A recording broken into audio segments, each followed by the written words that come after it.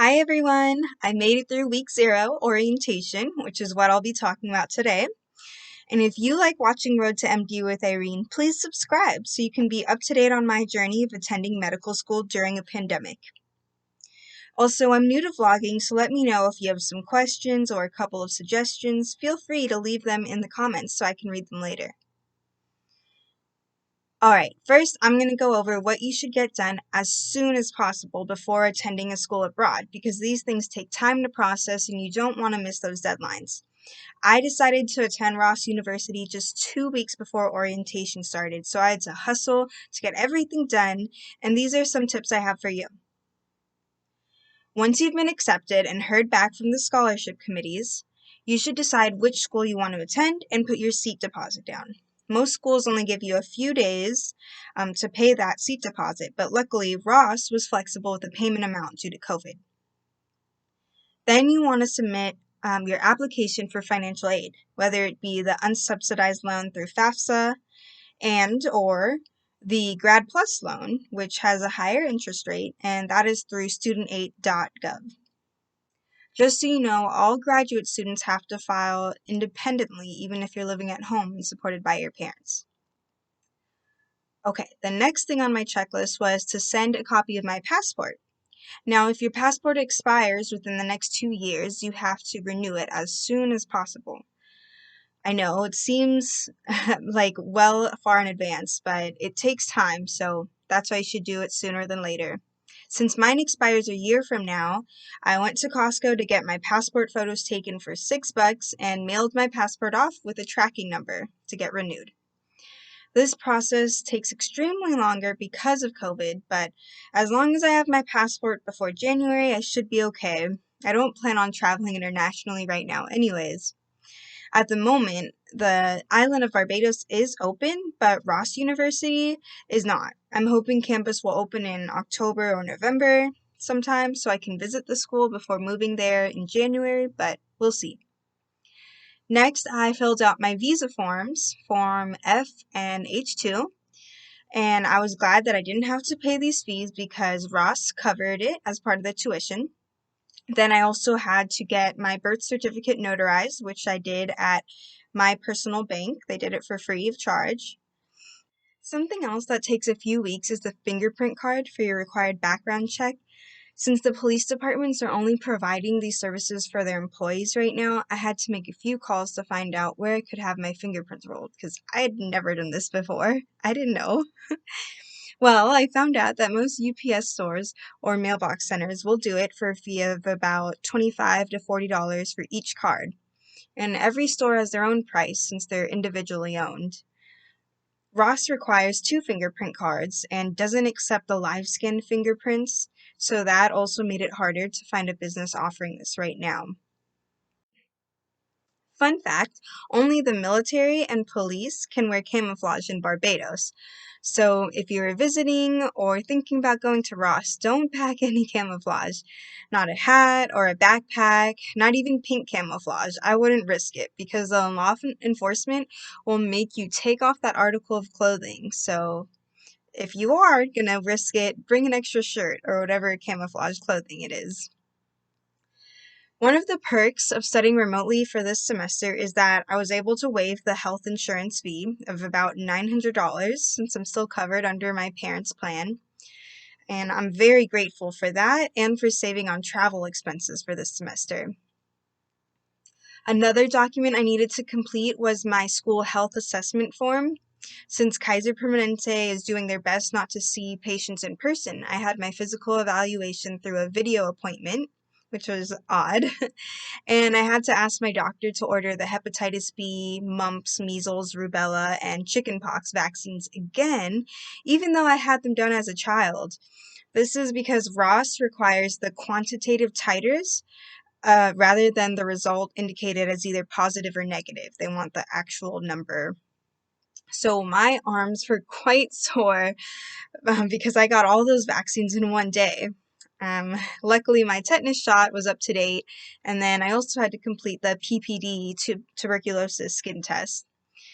And usually I could walk right into the lab and have all these done, but because of COVID, I had to book different appointments, which took longer also. After all of this was completed, I was finally able to register for my 2 classes. In the morning, lectures are for Foundations of Medicine 1, which teaches us the fundamentals in biomedical sciences and incorporates 2 organ systems-based modules. And then the afternoons are for Clinical Skills 1, which is lab and small group format. And this is to prepare us for preclinical and real patient encounters. Very exciting.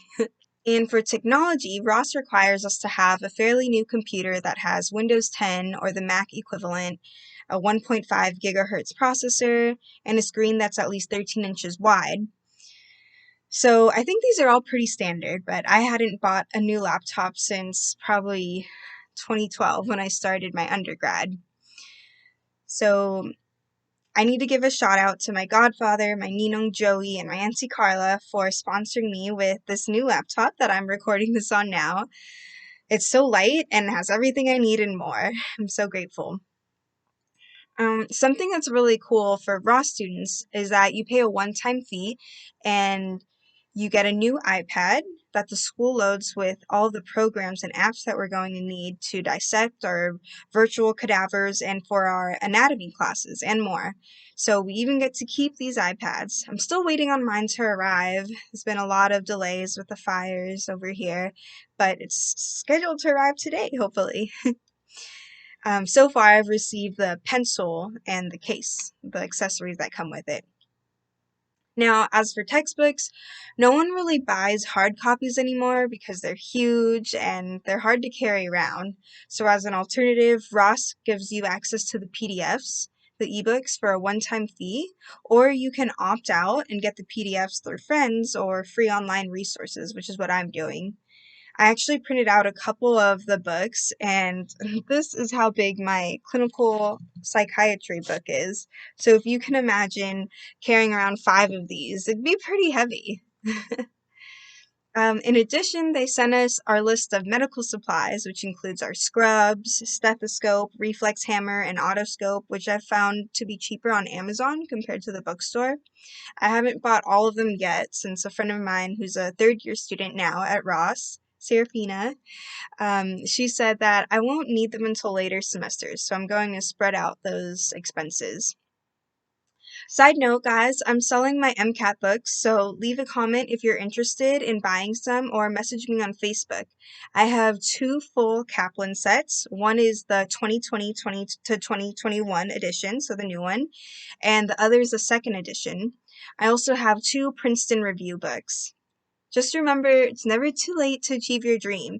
Many people go into different professions before attending medical school, but if it's truly your dream, you should go for it.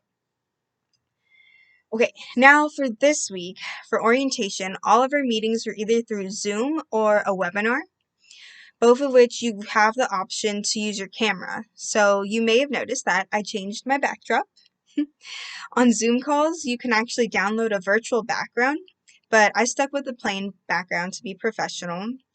Or you can just make it your contact photo show up, and I put a picture of me in professional attire as well.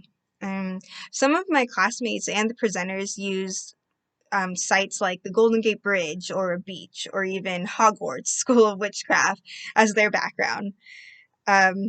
So those are fun to use also. But most people didn't use their camera during the Zoom meetings because there are 401 students in our incoming semester, so the presenters aren't looking at us, and if we're moving around, we can be distracting to them.